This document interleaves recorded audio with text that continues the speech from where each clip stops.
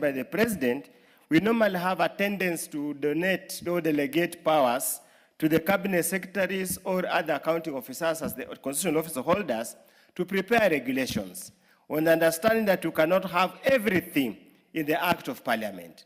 Consequently, Honorable Speaker, there was a tendency for the cabinet secretaries to abuse that delegated authority.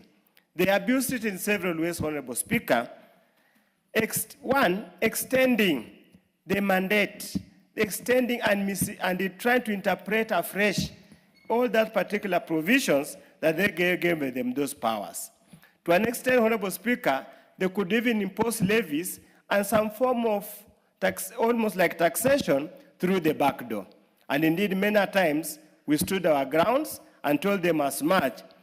And many cases they were threatened, but we thought it was good for the country to make sure that we stand firm. Second, Honorable Speaker, there were many cases where government officers or cabinet secretary would publish a regulation. Before it's approved by the House, they're already implementing the regulation in terms of levies, enforcement, and those kind of things. It's good we went ahead again during this term to amend the Certain Instrument Act to stem that kind of blatant abuse of power. Honorable Speaker, as we stand here today, let me also commend the government press. For many of us, the Kenya Gazette held some kind of awe. Whenever you could hear the Kenya Gazette, you'd always think very many important things were there. And of course, Honorable Speaker, we must find a way of making them autonomous so that they can do their work judiciously and according to the law.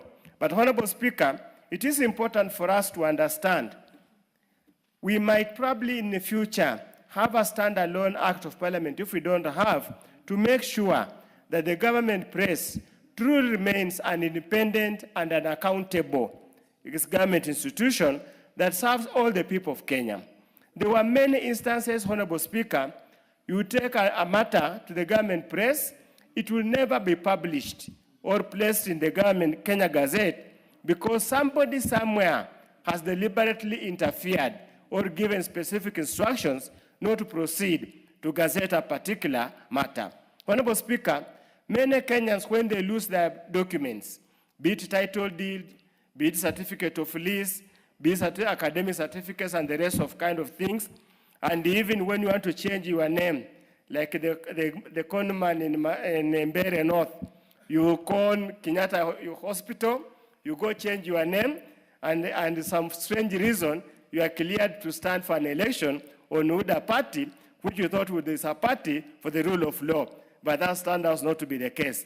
So that we are saying, Honorable Speaker, they must have all Kenyans. They must actually have a service charter that if I have to gazette the loss of my title, once I've paid the requisite fees, I should expect that gazettement to be out after a certain period of time, not to stay there forever without anything else. And I wish they could also work with a clarity, with the speed the way they worked in gazetting the impeachment of the truthful man.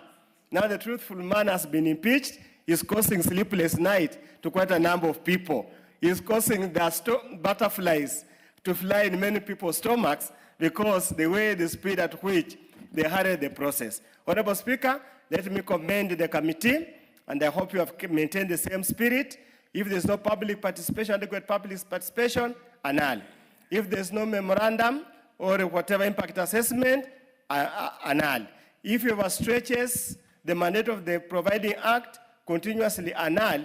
We must fix this country.